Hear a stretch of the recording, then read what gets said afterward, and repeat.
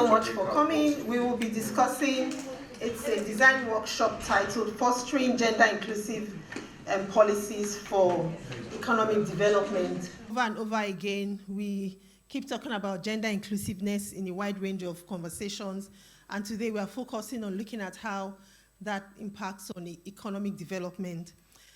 So I want to welcome us again, and let's hope to have not just an exciting time, but take out learnings that can help us go back and continue to do the good work we do in the area of gender, but then also help feed into the Green Book, which would also be like a policy advocacy tool. So I was supposed to do a presentation, but I said, no, I'm in a room full of experts.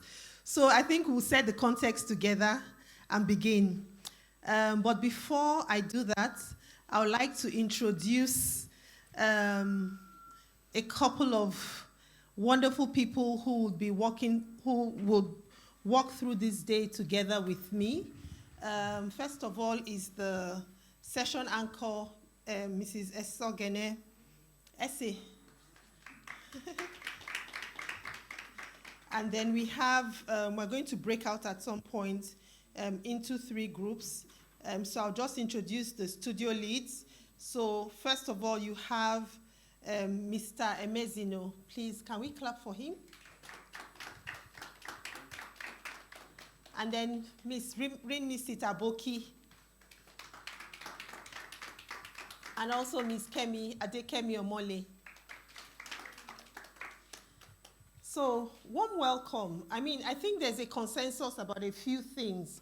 One is on the fact that without real advancing gender equity, we're not going to achieve real economic development. I think there's enough evidence to show that is the case.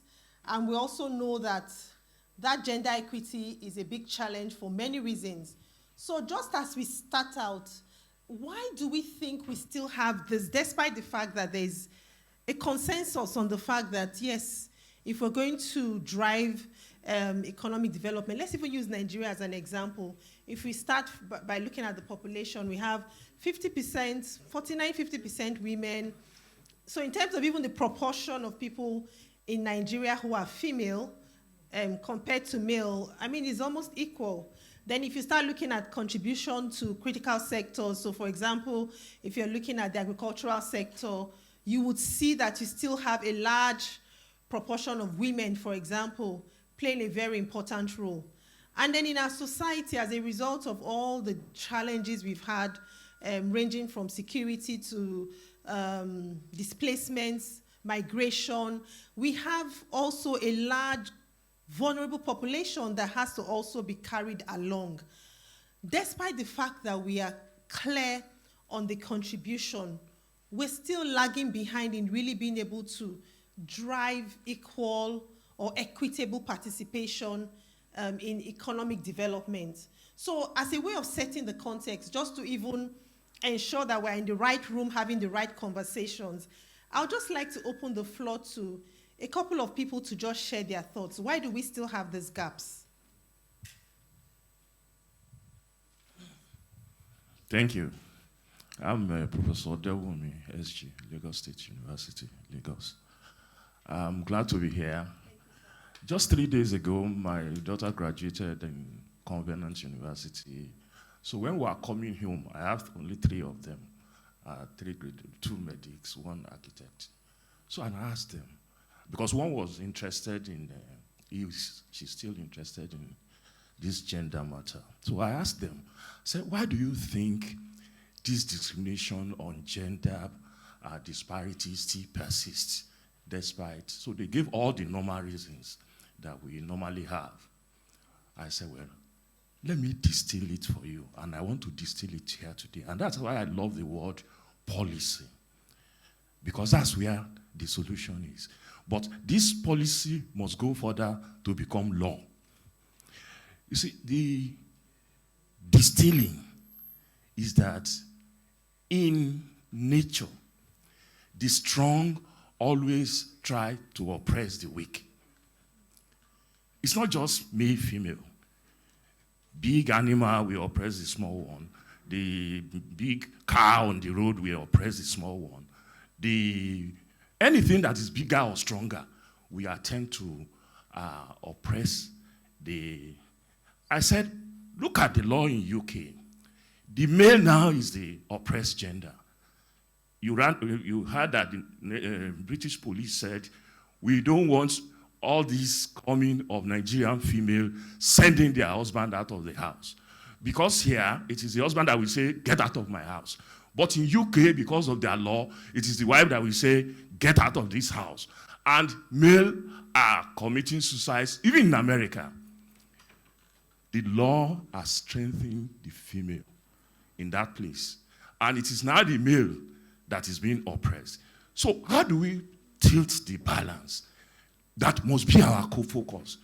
Policy, we must just not be talking. We must get, for example, I had a quarrel with my wife when she was doing this thing in Unilag, and I said, look, all of you, you cannot make a law, advocate for a simple law, that a female has the right to get appointment in her husband as well as her father's state. That is one advantage, that if you make a law, it will put, because what we must focus, empower the weak one.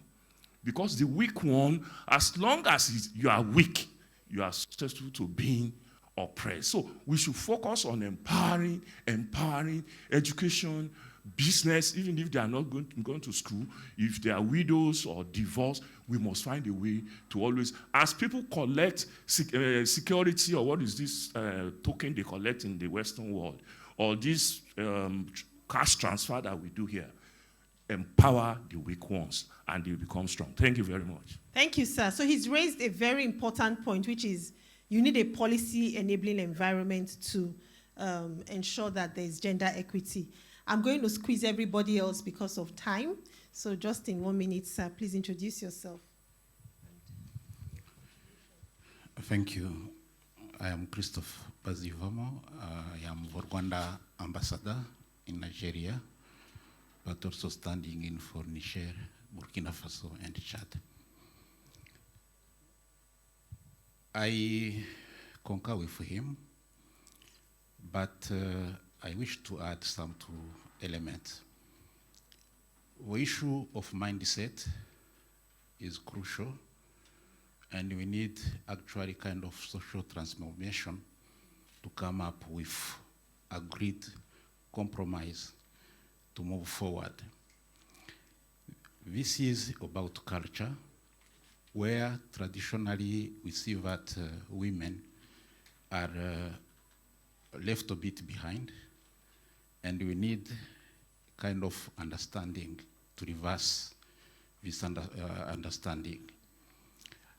The other element is the issue of education, because empowering women, they need also to have this capacity at large, at the same level of men, because in some areas of our African continent, we see that women do not attend or have the same education as men. Okay. And this is because of how our societies are organized. And also the issue of ownership.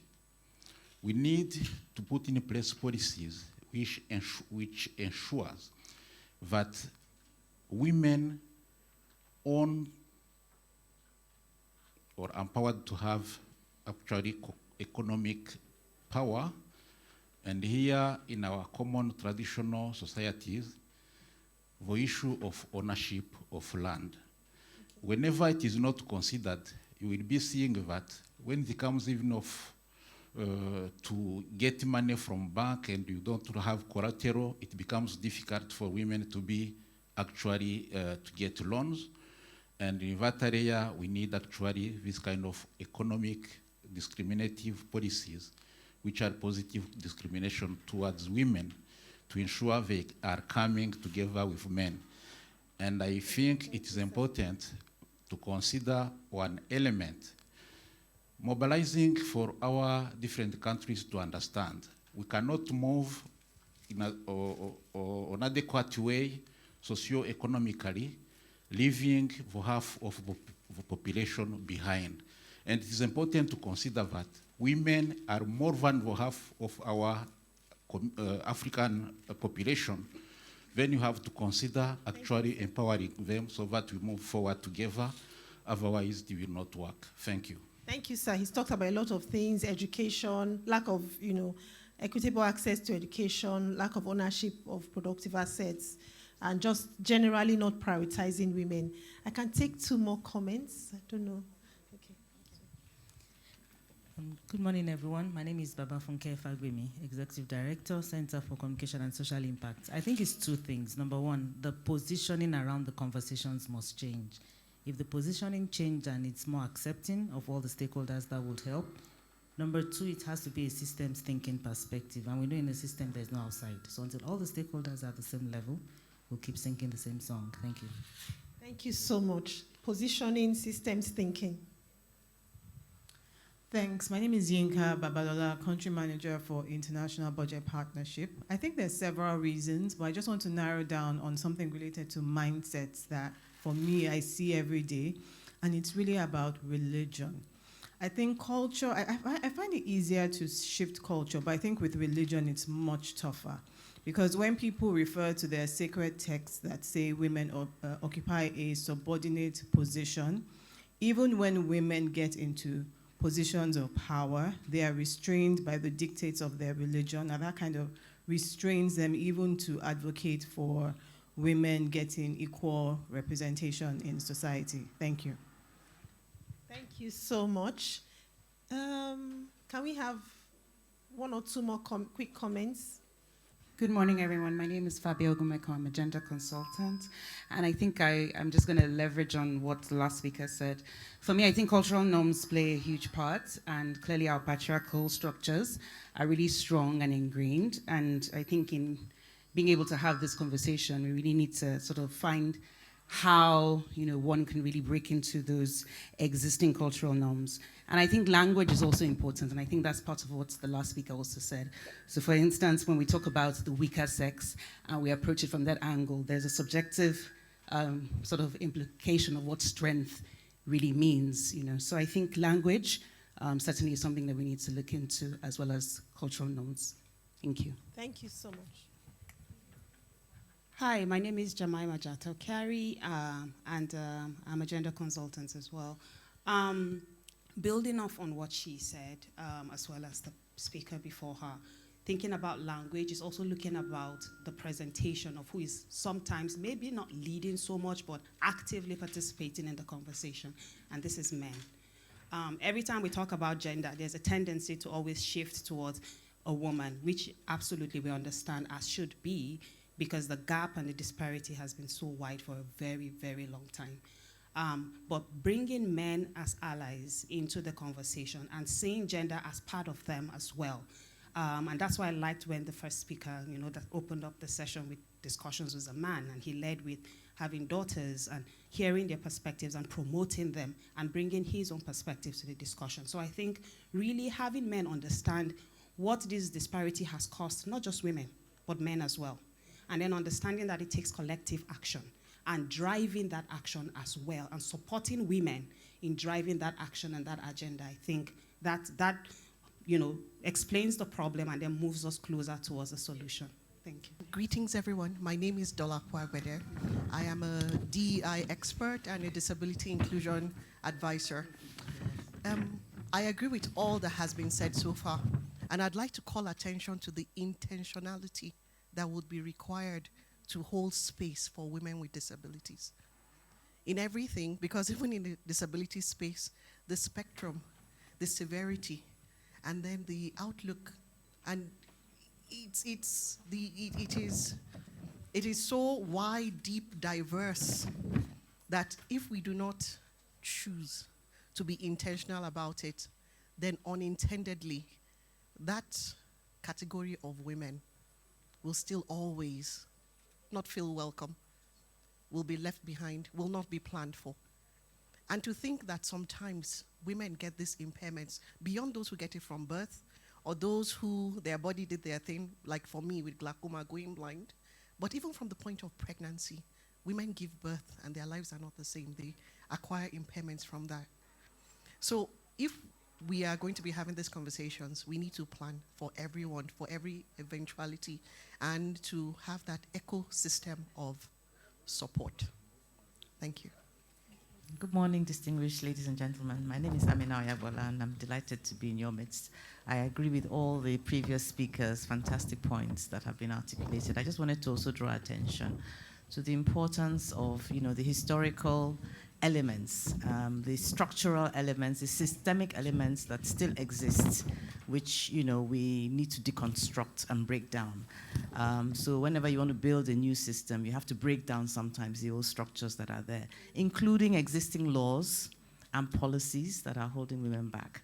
So what are those barriers? So there's the vested interest in the patriarchy that currently exists, and that needs to be dismantled, which is why I like the comment by one of the speakers around the importance of male allyship, the importance of cultural norms, and breaking down not just the cultural norms, which include religious aspects as well. So there are several barriers, and we need to address them, and we need to speak with one voice.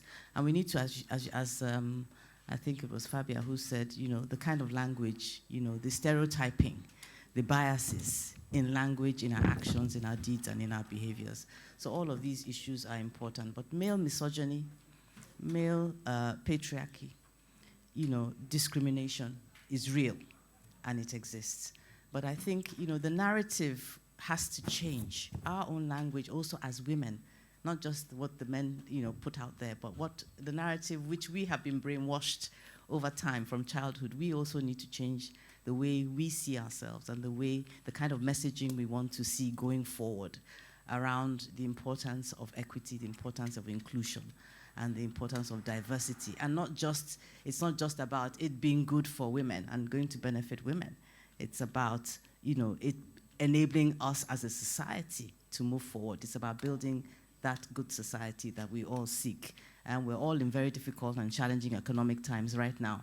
A very easy, low-hanging fruit is just for us to empower and to include women. And, there'll be prosperity for all. So thank you very much.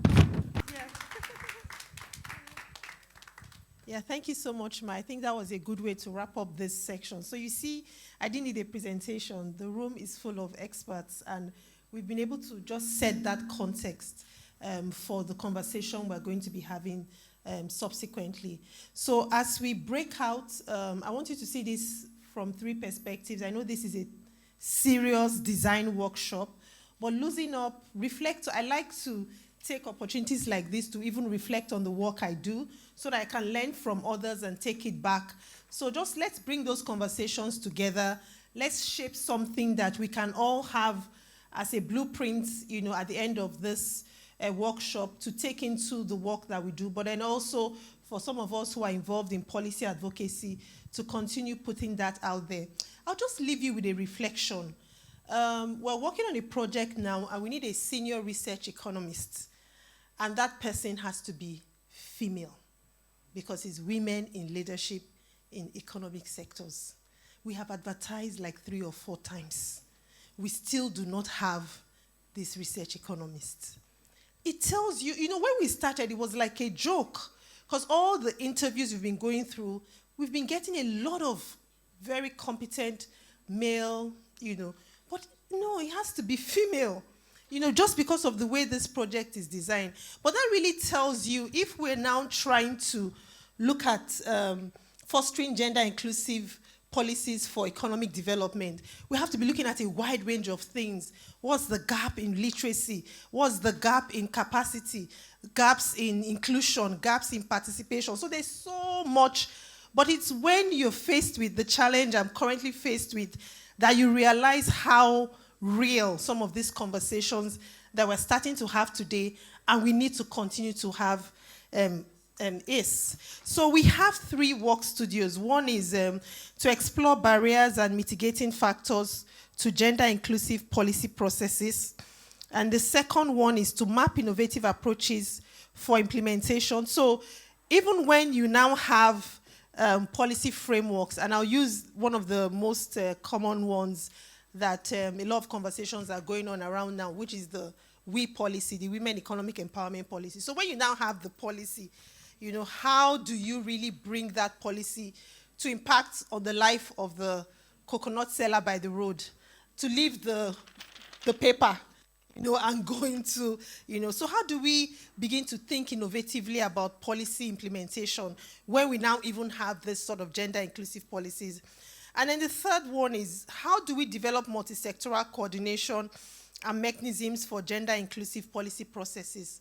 And that's also one big challenge. So for most policies, you would need a wide range of conversations to happen, a wide range of stakeholders. So when you're sitting in the Ministry of Agriculture, you realize that you need someone from education, you realize you need private sector, you need faith leaders. So there's so many people that come into the room. Faith leaders feel that to a large extent, we're not carried along in policy processes, right? Then I remember working on an education project where it was an education project, although it was, to increase girls in secondary schools. And then so it was domiciled in Ministry of Education. And Women Affairs said, why was it in education? You should come to us. And then, different conversations were happening across a wide range of stakeholders. So what do we need to really think about in improving that coordination ecosystem for policy implementation? So the first work studio would be facilitated by Ms. Adekemi Omole. I use the word facilitated carefully because we are in a room of experts. So they are just facilitating. Then the second on mapping innovative approaches will be facilitated by Mr.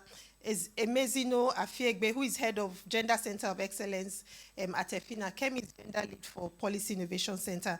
And then the third one, which is around multi-sectoral coordination, will be facilitated by Ms. Rinmisit Aboki, who is gender lead for ASG. So if you just give us 3 minutes, you can just spend some time talking and catching up, and just give us 3 minutes to quickly reset the room for the, the 3 groups. Thank you. I'm sure you'll meet someone new you haven't spoken to before. So just give us 3 minutes, and then we'll quickly do what we need to do. So what we're going to start with is to identify key actors and key partners. So first in the policy dialogue, thank you so for coming. So who are those key? So we're going to start looking at the policy. So who are the key actors? Who do we think are the key actors, key partners in this coordination? I want you to bear in mind with the public, private. I'll just lay out the 3 things, and then after that we're going to be doing a power influence matrix. So we're going to look at the key actors, so who has high, who has low, who has medium, the influence, and then how do we coordinate? So how are we going to work around that? So these are the 3 things we'll be looking at. So key actors, yes, key partners, and then we'll do a matrix. Okay. And then the last is the coordination. How do we coordinate? Okay. So the floor is open. So when you say actors, do you mean individual actors or sector actors? Sectors. So for example, yeah, I said say private sector or mention the company. Yeah, you can, yes, please. Mention the company, because if we're doing private, social, public. So mention. So who do you think are the actors and partners? Sorry, determinants.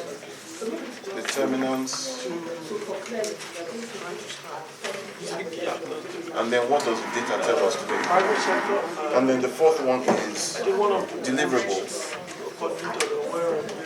which is pardon my writing. And then the dates. And then the 4th one is direction and dimensions. Okay, then we're going to just connect the dots and then see how our thinking around these 4 elements leads to something, a singular, tangible course of action. Let's begin with the first one. Where do we want to land with this? Sorry, I can't hear. We have different frameworks. Where do we want to go? If, for example, the Women's Economic Empowerment framework of the government from last year, where do we want to land? Destination. Any thoughts? We use the policy as an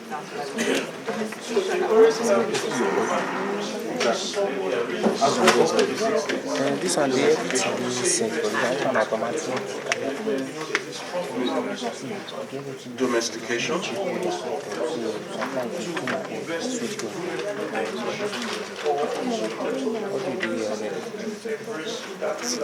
Okay, and there is nothing there. Apart from domestication across the 36 states and the FCT, anything else? As per the ultimate goal for us, what do we want to learn? Is implementation. So this is implementation actually.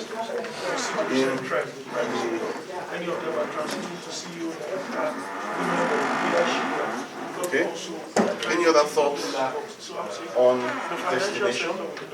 So we have something tangible. We want to get all the states to take off. So I think that, for people to implement and for it to be domesticated, they must know and be very engaged with the policy. So how do you disseminate? How are we disseminating the information that's in the policy content? Excellent. Dissemination, another T. Right, so that's 1. 2, dissemination. And dissemination has different levels. Right, so dissemination. Fine, thank you. What else? Destination. Any thoughts before we go on to data? What does the data tell us? There is a lot of gender inclusion. That is the final destination. Thank you. Yes, yes. This is change.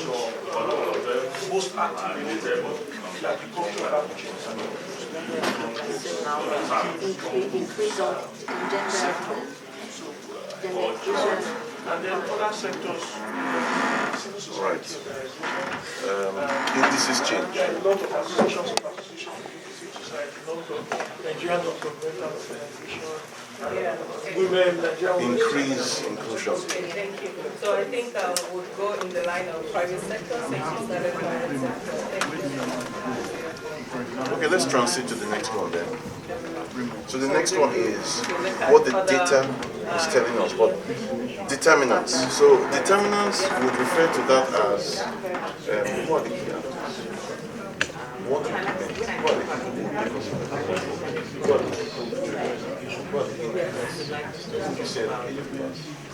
the federal government comes out with a weak policy. You want to domesticate at the state level. Who are the people who can sign the check? Is it the permanent secretary? Is it the office of the vice president? Really, practical, tangible. It's determinant. What is the issue? It's not a person. That's why it's determinant. It's not individuals. Implementation is.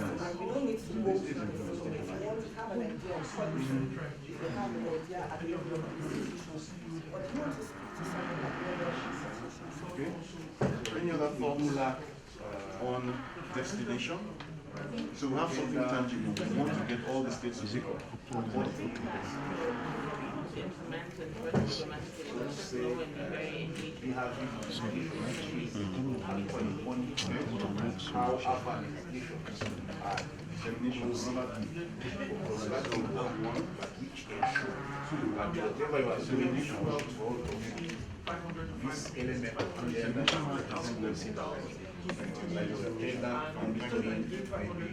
What else? Destination. So for me, well, we have all mentioned mindset, religion, that is those the barriers forming the to get into the policies. Yes. Mindset, culture, although all of them are related, but you can keep one by one. You can do it. Religion, strong roots. Okay, okay. No, it's okay. I can just add something like this. Yeah, I think for me, sometimes when we talk about policy, and it's linked to what both of them said. Religious So there's always this talk about having more women represented in leadership, but then what's the outcome? What does that lead to? Are we actually having change? So I think sometimes we have a lot of policies, and we feel we've done the work once those policies are passed. But then the implementation, are we seeing improvements? Are we monitoring over time to really see what's happening on the other end? I think that's really important. And then on the level of the individual, I think gender is included too. Some people when they hear gender, think of feminism, they want to take over everything, they're triggered, and so they don't even want to, have a discussion about anything. So I'm just wondering how we can basically like remove all those preconceptions that come with gender and help people like understand that it's a male and female thing. It affects everyone and it works for everyone if there's equity.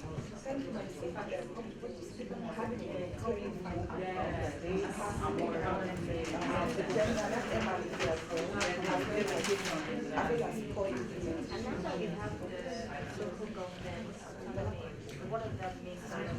Please introduce yourself. My name is Galactic. The reality is that not everyone will get into the room. For those who claim they're passionate about us getting the right outcome, could they go in and truly represent everyone?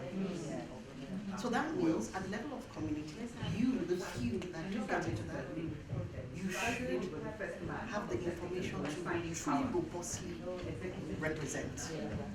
So not just to the limit of maybe what you know or what you've experienced, but because there's a huge range of diversities across all the different patterns. And there are some niche ones that if we are not making sure they're onboarded while we're talking about the general rulings, the next round to make this correction might take another 20 years. So the subject matter experts, can you please just make sure that when you go out of this campaign, be intentional about representing? I find that will give us a very good opportunity. The few opportunities we can use them more robustly. You will find out that those leaders that are in those roles are taking responsibilities for everyone and they are properly prepared.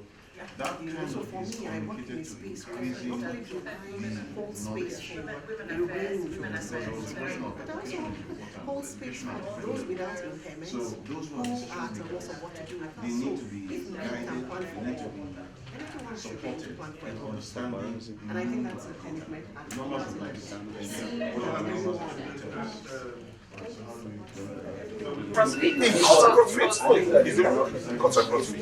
So, what are we going to do in a way that will provide solutions side by side in such a way that they are able to see the difference between, your religious beliefs and gender is a social issue. It's a social construct, and if we are able to run practice religion in such a way that brings about empowerment, I strongly believe that can be able. And that's what we're achieving. So we have policies in this country, we still have religion that tell women that it's some loyalty, even if you are more empowered financially, you should transfer all your assets to the name of your husband. That shows that you're a Christian. What are we doing? And is that even a high level? Let's not go over to the low level where they find women who cater for their families that are totally empowered. They are disempowered, for financial services because they have to take permission from the contracts. To even make an answer, there are places in this country you cannot buy land if a man does not stand for it. This is 2024. Even in the FCT here, a woman can still go to pay her son from the police station. So imagine a woman so imagine a woman is running a successful business and her manager is a man who, maybe for whatever reason, is arrested. The CEO, the woman, cannot pay him. She needs another man.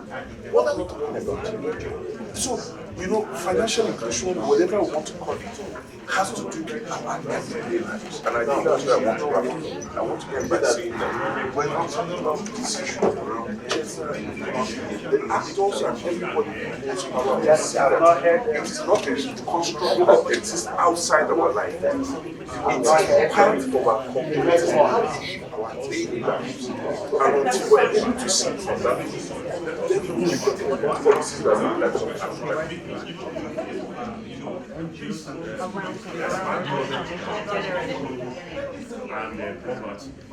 Sort of embodied ideas and the principles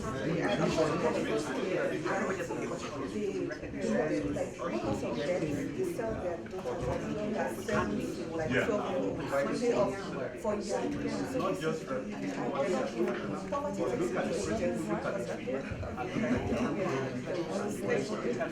yeah, so this one was a policy. I think a lot of times we talk about how the problem is policy and the individual relation as well. Right. And then sometimes we look for like a personal policy, like everything, and then we don't want to implement, even though there are adequate issues of environment, funding issues and make implementation difficult. So I think we should look for policies that are fit for purpose, that are simple to implement, rather than trying to like put everything in the kitchen, because the kitchen sink inside and can't. To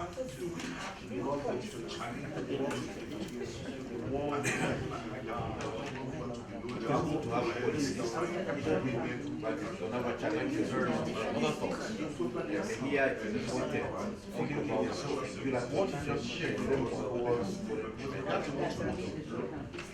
about saying that musicians have women at different level of education, but it makes no law stipulating that each and every institution has to have at least this number of people to ensure culture located in organization, and then law regulatory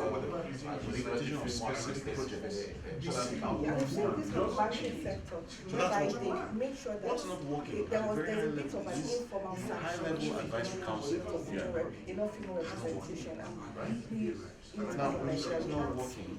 maybe everybody when there are implications for action I've not heard them. So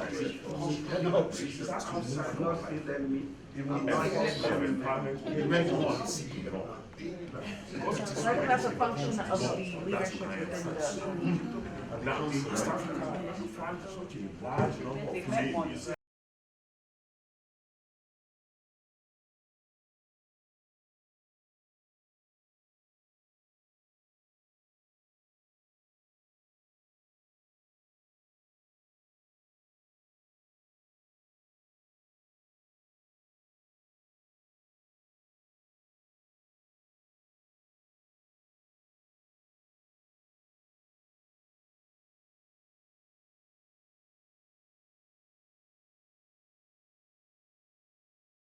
Events and asking the traditional people there that why do we have separate seats for women and men?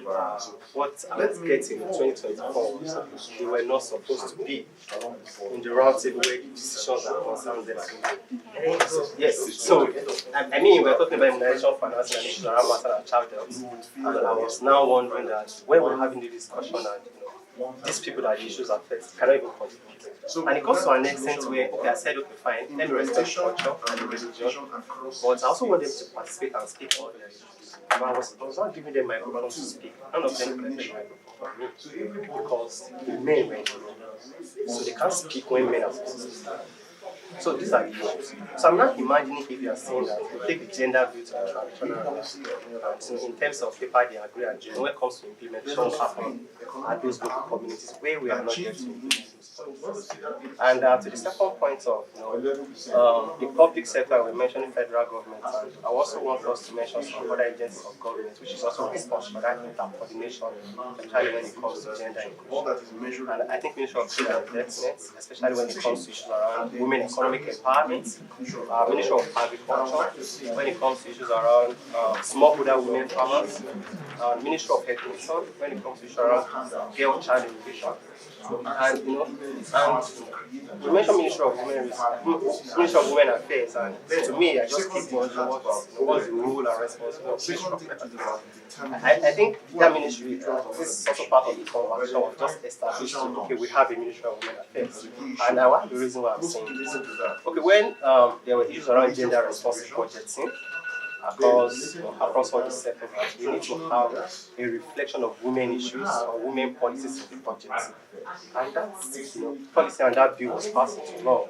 And every agency of government responsible for that were instructed to have gender responsive budgeting in their budget. Those are the issues I mentioned. Okay, Ministry of Women Affairs was established to serve as a coordinating agency to make sure that gender responsive budgeting is inclusive budget, and what they did was to set up a gender desk in every of those ministries. But what are those gender desks? There are gender desks in every ministry. When you go to those gender desks and ask them, what is the percentage of gender inclusive budget in this ministry? Or what is the level of tracking of spending when it comes to this? There's no information. Yeah, the one that attend workshops. So to me, I just see Ministry of Women Affairs as a regulatory agency which should be performing those responsibilities. And they were just established just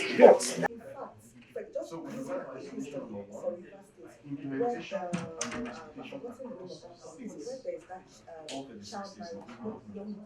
Number two, dissemination. So everybody within the chain of stakeholders must not just hear, but understand what is involved. With policy, then number three, economic empowerment and change in policy. So when you see that 8% reduce, or 11%, whatever number it is across the different aspects of society, whether it is education, whether it is account ownership, whether it is land ownership, all that is measurable, so that policy change. And then inclusion overall. I would like to see just any not handouts, not organization, but actually using law.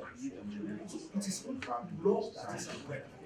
Then each second we can about culture and religion to give way. If it is not well by social norms, culture, religion, it's the voice that is for dinner. Religious consideration. I'm curious about something. Then related to that,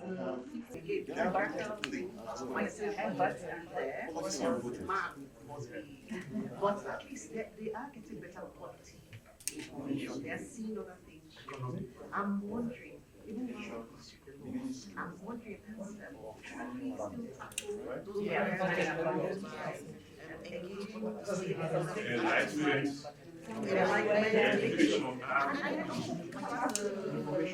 pointing out in a respectful manner. Exactly. So we are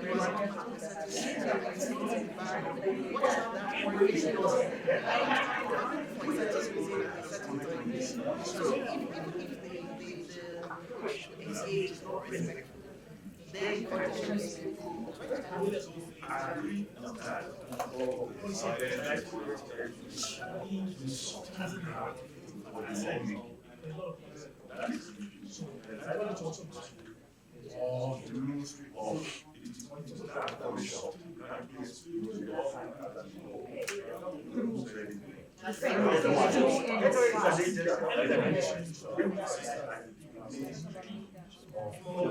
But you will see that men are still the one collecting the fertilizers, and women have a bag.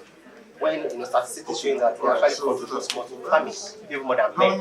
And those men that are collecting those fertilizers are political farmers. I mean, thank you so much. You need to understand the political economy of Yes, these issues. yes. Because the way we are structured, and this is how the federal government of Nigeria defines a household. It's a household because that's how fertilizer is shared. That's how food, this rice, rice answers every problem. But even the rice, that's how it's shared. It's shared according to households who are led by men. And so you see the political economy there. So clearly, every stage of trying to implement what we seemingly think we're doing is a form of exclusion of women. Even more, women are marginalized, children are excluded. Even by doing that policy, where they claim they are trying to empower. So both the political, social, and economic economies yes. are all excluded. So I think that's where the conversation is now. It's around the implementation, right? Because these policies are there. It's how we implement it. It's how we bring it to our everyday life. And I think that's where the problem is. Coordination. So we've not mentioned judiciary. No, we've not. Very important. Because that's a different conversation I want to go through. There is no policeman here. Yes. But let me, I'm talking to one. Okay. Okay. So that we don't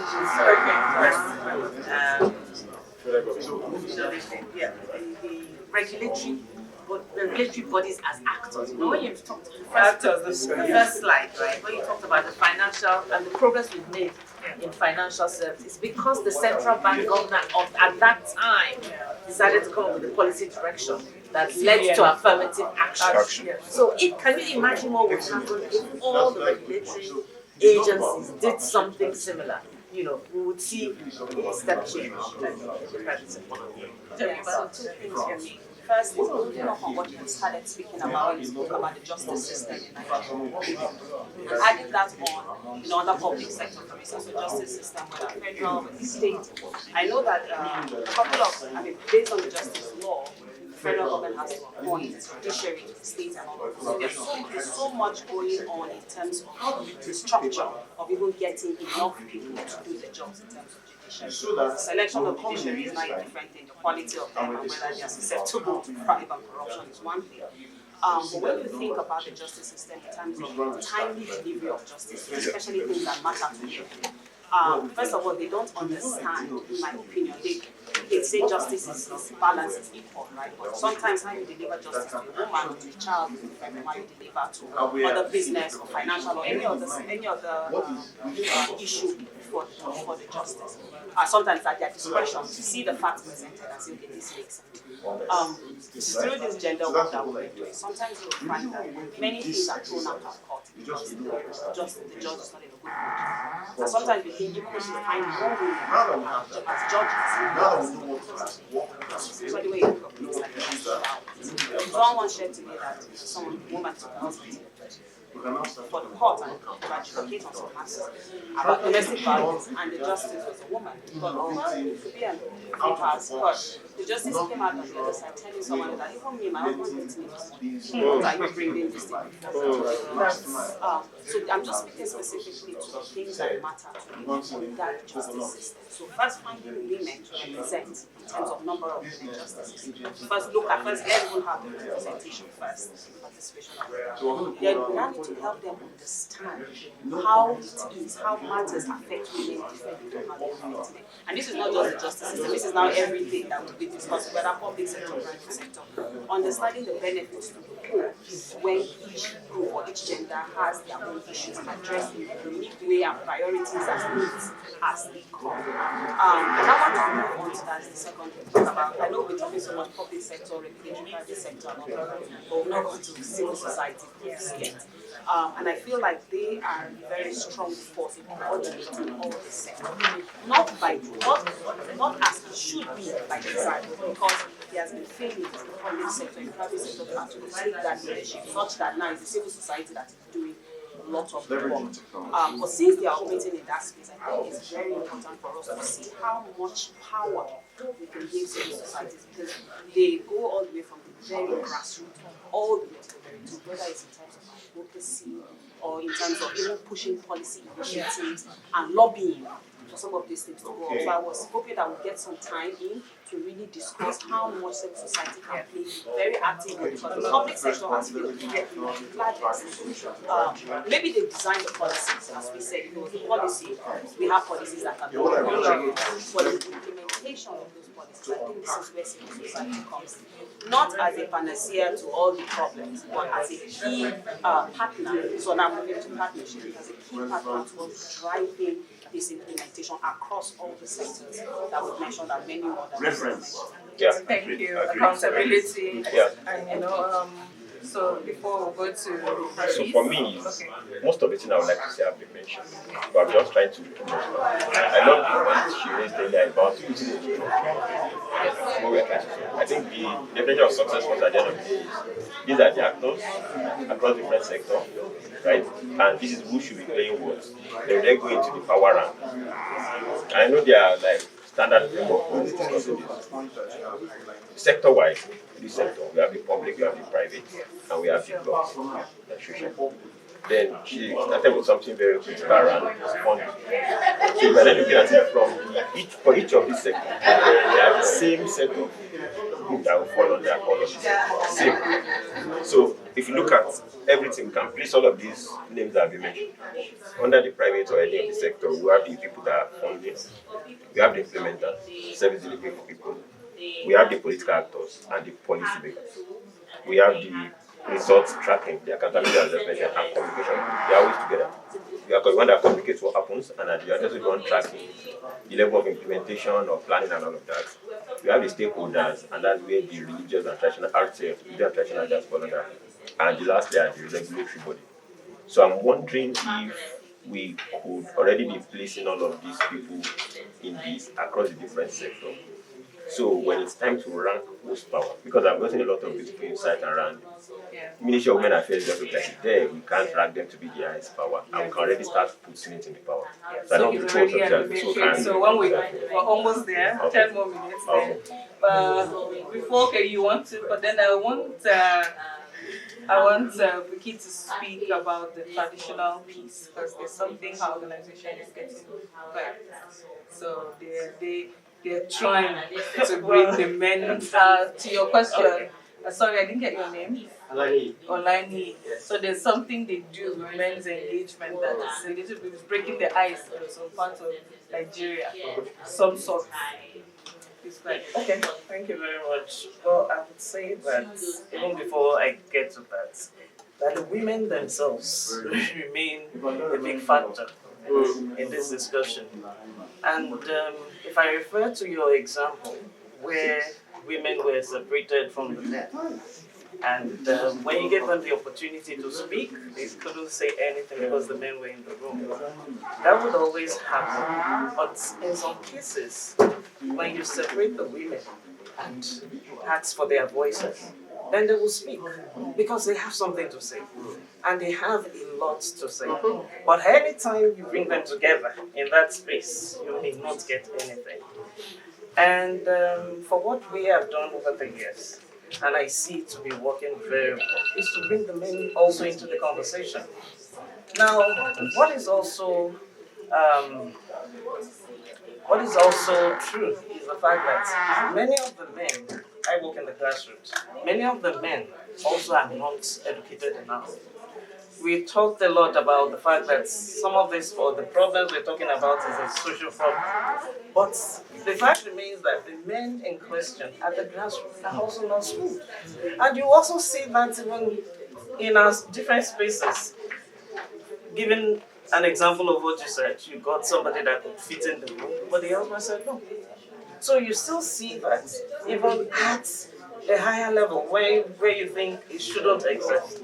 But bringing the men into the conversation and educating them is also a big thing that we have done, and we are seeing the results. Because at community level, you see that for you to live harmoniously, everybody needs to be part of the conversation. Everybody needs to come to the table, and they see it.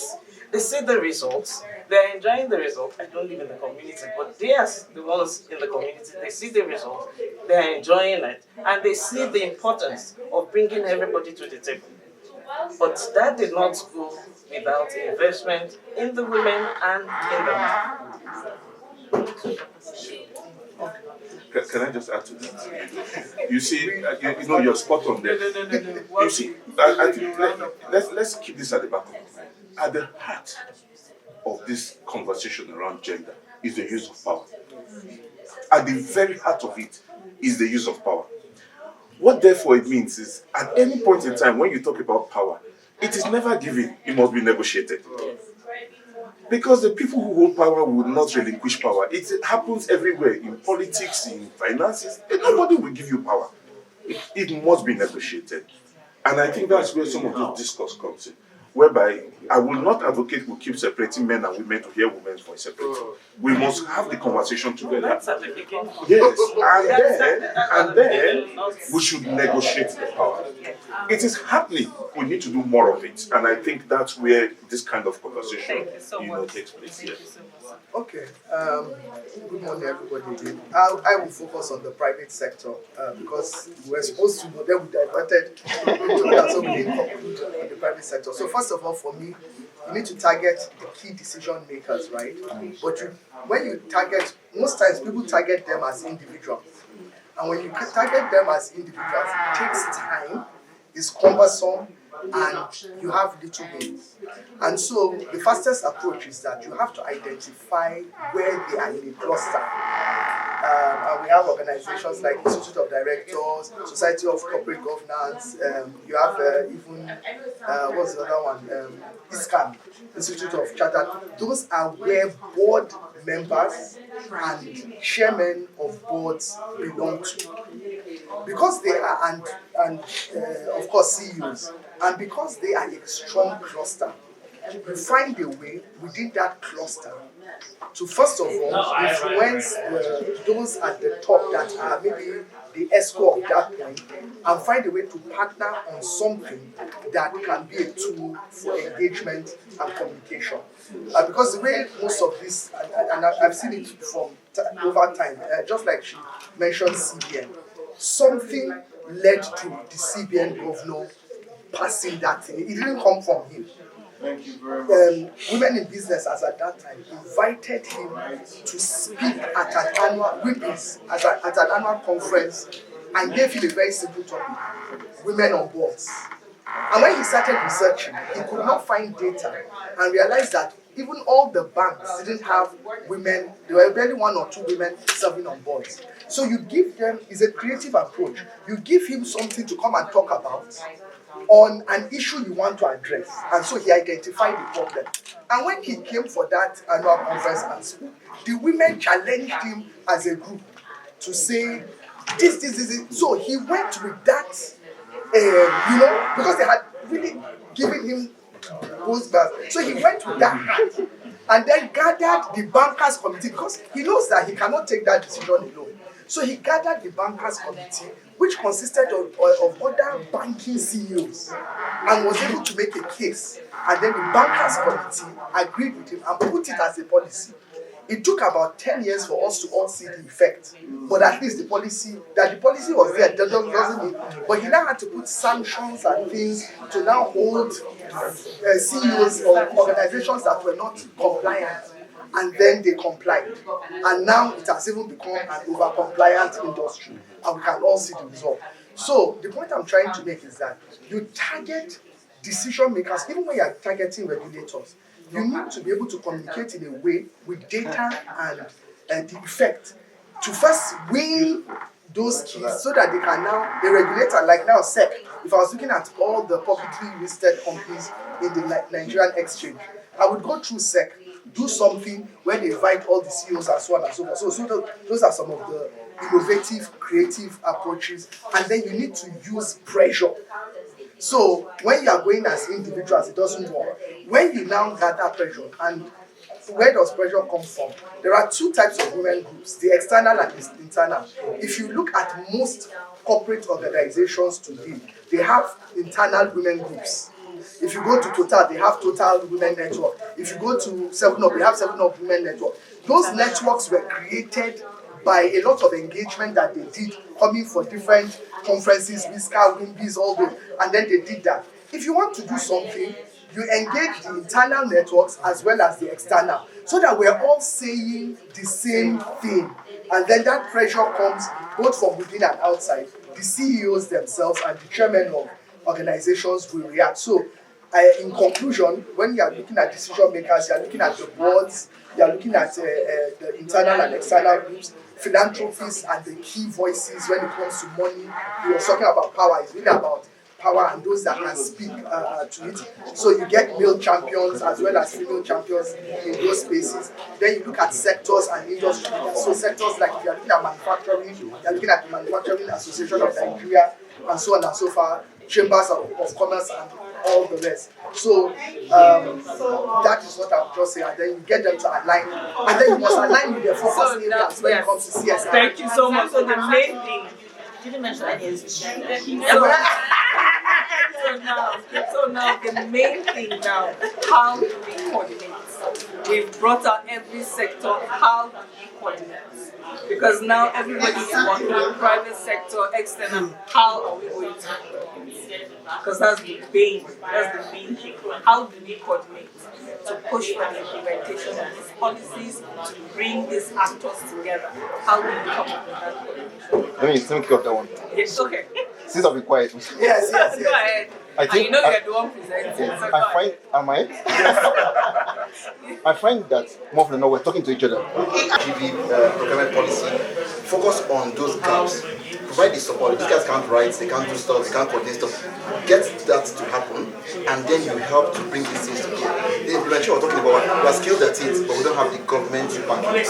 Well, not the government, but if we play that part, cover that gap, we can help to make things happen. Provide the support, look at where the gaps are, remove the barriers, or help to remove the barriers. We have the time, we have the resources. I think we can make impact, step by step from there.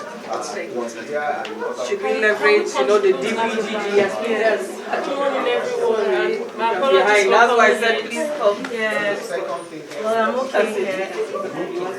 Everybody sees me and at least hears me. So I've been listening to the conversations. I apologize for coming in late. But I want to lend my voice to this aspect of how do we really coordinate. So my name is Kate and I work with GIZ.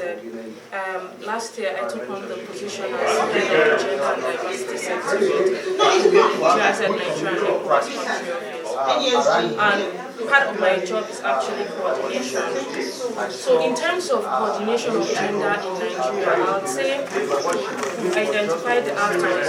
The government really has to take the lead.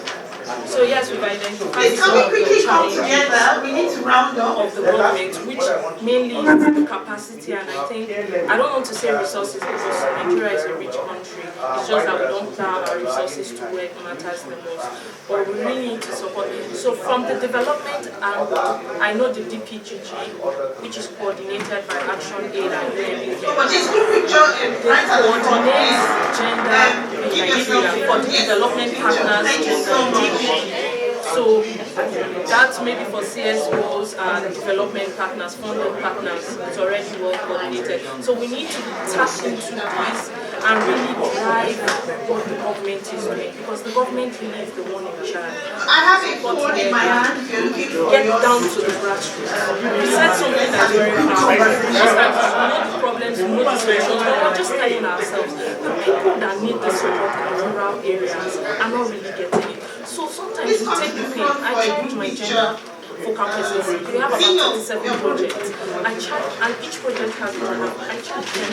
When you go into the rural areas, involve me. I want to go there too.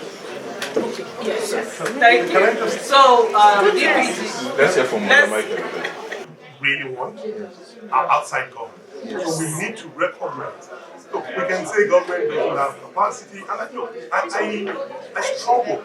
I used to have been a civil servant at the state, federal level. Right? Today I work in the World Bank. I struggle sometimes when government doesn't have capacity.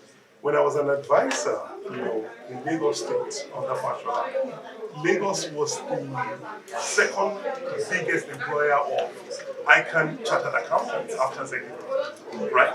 So, how do you say Lagos doesn't have capacity? Right? When we talk about bridges and roads, no one builds more. So when you talk civil engineers, no one has more capacity. But the challenge here, right, is do we even have the right set of people in place? Now with gender, it may be a bit more, it may be a different situation. So what can we do? What can we do differently? Because we've been saying this thing now. You've been saying the government doesn't have capacity since the establishment stuff. So what do we have to do different? I think first, as development partners, we need to tell ourselves home truth. We're also part of the problem. We're dragging governments in different. You have $500,000. You want government to create a new structure. You have a $50,000 program. So can we just be a bit more organized? Give me one word to use: collaboration. No, so collaborate, not compete. So we've had a lot of powerful conversations across the three groups. I would just like one representative of each group. You don't even need a flip chart paper or anything to just come and summarize some key takeaways from your group. So I'll start with group one. Kemi, who is coming to do that for group one? Kemi, who is doing that for group one? Prof? Who? Okay.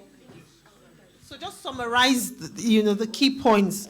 So group one was speaking about exploring barriers and mitigating factors to gender inclusive policy processes. We may not have time to go through. Just feel free to give a summary of your conversation. Good morning, everyone. I am Nafi Mohammed Abdullahi, representing the Office of the Vice President. Okay.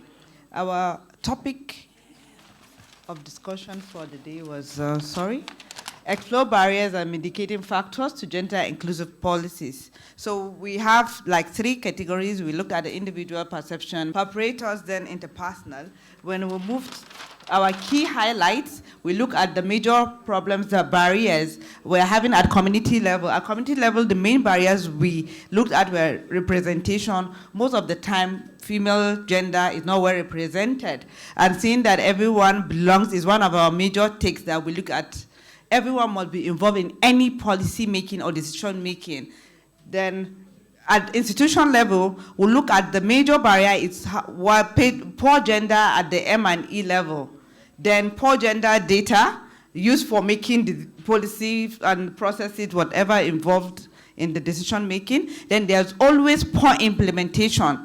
We sit down, have conversations, but we don't implement our policies. We discuss that as one of our major barriers. And at the policy level, knowledge gaps for the policy makers, implementation struggle. Whenever we sit down and have decisions, we always have problems while trying to implement. And also, we look at the policy formation. How do they make the policy to, constitutional, what will I say? Let me just keep that anyway.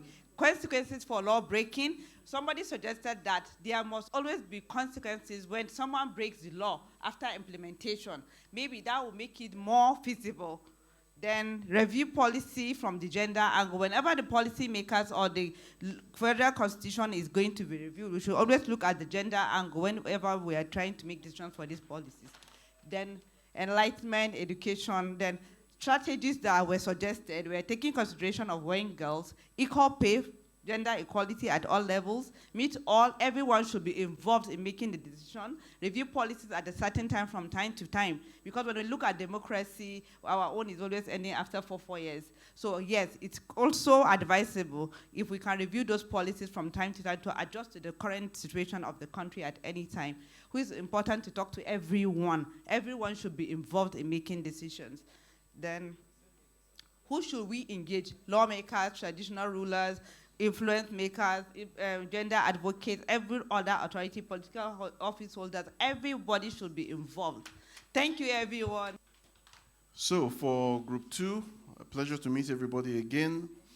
What we focused on was how do you implement the various policies that are out there? What are some practical things that can be done so that we are creative and innovative in our approach to implementation?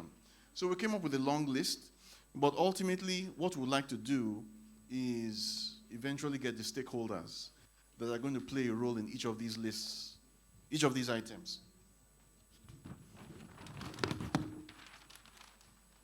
So we have 10 items, and we're talking about practical things that can be done. And for each of these 10 items, you can actually build out various sub-actions. The first one is leveraging technology. There is technology, there's mobile phone technology, which is accessible to those who are tech-savvy. But what about those who are in the hinterland, in the rural areas, where the infrastructure does not exist? So we have to think of how to come up with an implementation plan that will carry them along. And as we go further down the list, you'll see some practical offline things that can be done. Number 2, incentivizing and motivating to drive action. We want the states, for example, to domesticate the national women's economic empowerment policy. Can we incentivize them? How can we incentivize them, the key stakeholders in the state governments? That is something which we can take a practical example from. And for each of these 10 recommended implementation approaches, we are also looking at them when Group 2 discussed about how do we domesticate and make it relevant to the unique nuances of each state government. Number 3, including key stakeholders in developing solutions. So this is about carrying people along to prevent conflicts later on. As was said initially when we started, there are several ministries that have overlapping responsibilities. So can we ensure there is representation when we are beginning the conversation and developing the solution? So that's one of the things we discussed about. Number 5, involving men. And I think my standing here is an example of that. So men as allies, but particularly looking at how you can also speak in their language. You want to involve them, so speak in a way. For example, private sector. They think a lot about profit making, profit taking. Can you speak to them in that language to motivate them to action, to implement policies? Number 7, related to that, or number 6, tracking, measuring, accountability. And some things we mentioned there is about, we need to tell success stories. People need to hear and know what is working. And we need to celebrate people behind those success stories so that others will be motivated to also take action. And then very quickly, number 8, behavioral change. We want to influence that through training and capacity building at all levels. Number 9, let's not say the old generation has failed, but we want to prepare the next generation. We want to inform the youth. We want to possibly include in the curriculum content that will change inherent biases society has put in their minds. So that's around number 9, involving universities as well. Number 10 is reflective. What has worked so far? For example, the Nigeria for Women project. What has worked successfully in that regard? What can we borrow from that to shorten the time and space to success? That's all what we have, but there is more. Thank you so much. I think 2 things I'm taking away from this is when you talked about sharing success stories and then being reflective. I think many times we miss opportunities to learn. Sometimes when you see people starting a new project, they start like nothing has ever happened, like that in the country. I think we need to work together more, build ourselves into communities where we can learn. So, for example, I'm challenging the WE policy team. As you're implementing, can we be getting not just the numbers in terms of states that have implemented, but also what are you learning about the journey to implement policies at subnational level so that others can just come and borrow the strategies. So group 3.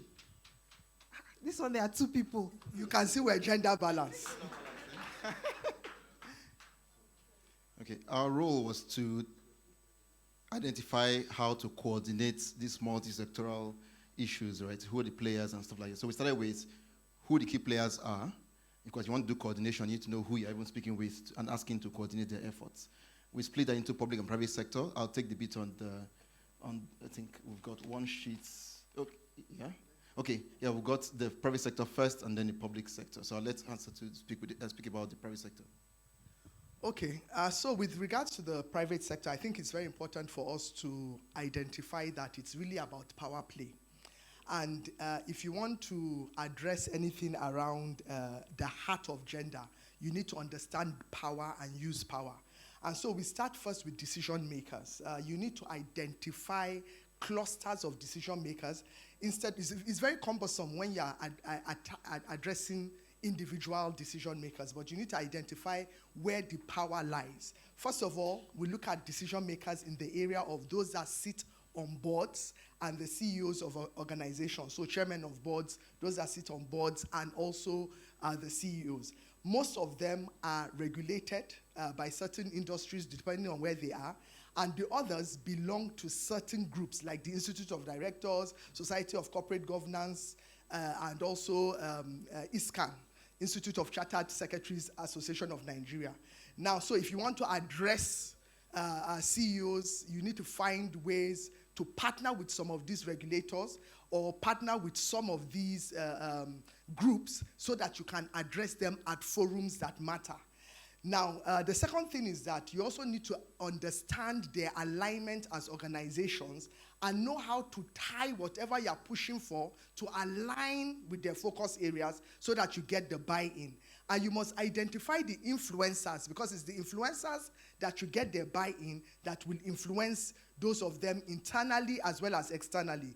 Internally, we do identify that in the private sectors, there are internal networks. So, for example, a lot of private sector organizations have internal women group networks. So many of them, Total has the Total Women's Network. If you go to Access Bank, they have the Access Women Network. First Bank has the First Bank Women's Network, 7up, like that, and so on and so forth. So when you are addressing something with their CEOs and their decision makers, you also have to address it internally. It's also important for us to mention that when it comes to coordinating what the private sector is doing, what the development sector is doing, and maybe the CSOs and social sectors, you must also identify that we are all pulling the government and all our issues in different directions. So until we're able to coordinate in a way that the government is put at the driver's seat, and we are all, instead of competing, we are collaborating, because if you go to the development sector, all of them that have money are all pushing their money and pulling government in all angles. So we must identify how to coordinate everybody towards one path. And I know that a strong group that was put under the former president, although it came at the end of his tenure, was the HLAC, for example, the High Level Advisory Council on Women and Girls. And that HLAC took into consideration every single stakeholder that could coordinate together with government. Of course, that has not kicked off under the current administration and under the leadership of the current Ministry of Women Affairs. If we can do that, that is one way. But I'll hand over to him so that he can say one or two things. And if my CEO doesn't drive me, then I can conclude. So I want to repeat what Hans said. Thank you. I'll just go straight. It's the principle applies for the public sector, right?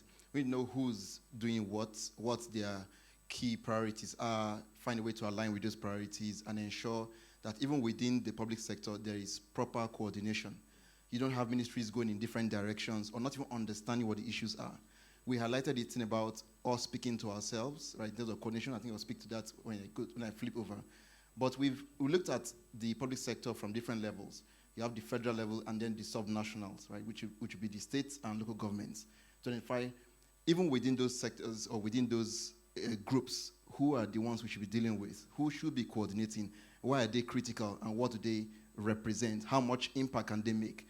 Talk about Ministry of Finance and other ministries, departments and agencies of government, but particularly Ministry of Women Affairs. We spoke about the legislature in terms of lawmaking. That's why I know when we began, we talked about moving from policy into actual legislation, right? You need the National Assembly to play that role. And not just at the federal level, it may be a bit easier. Yes, you have the subnational level, we have the state assemblies we talked about over here.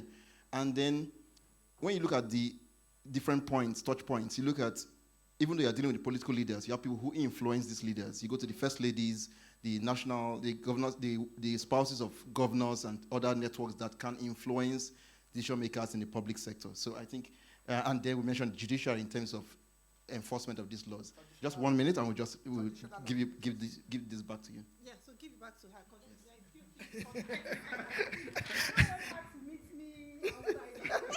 And then for our traditional and religious leaders also, very, very critical to have internal male champions and also get the input of even the local women and ensure that as structural actors, social actors and key influencers, we ensure that we're all engaged in this process and also our coordinating agencies.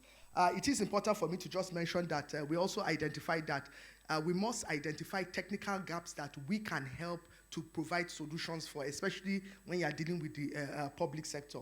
All of us as key players, and just to ensure that all our resources are properly coordinated so that there's good collaboration, because only the government can actually scale up nationwide. So we must really get them at the driver's seat. Thank you. Thank you so much. Please give them a clap. I think we have a lot of useful insights. We are going to put this together and share, ensure that everyone has like a copy of the learnings from this so that you can use to inform your work subsequently.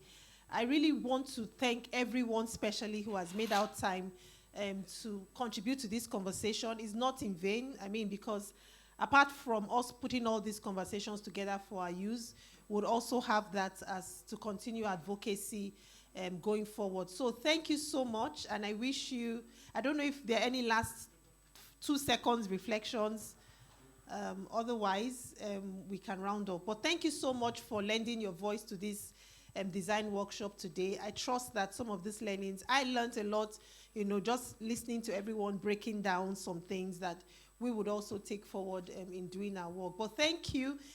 Make sure you get to meet someone else who is doing some beautiful work before you go. Take your contacts and let's keep in touch. Thank you so much and enjoy the rest of the summit.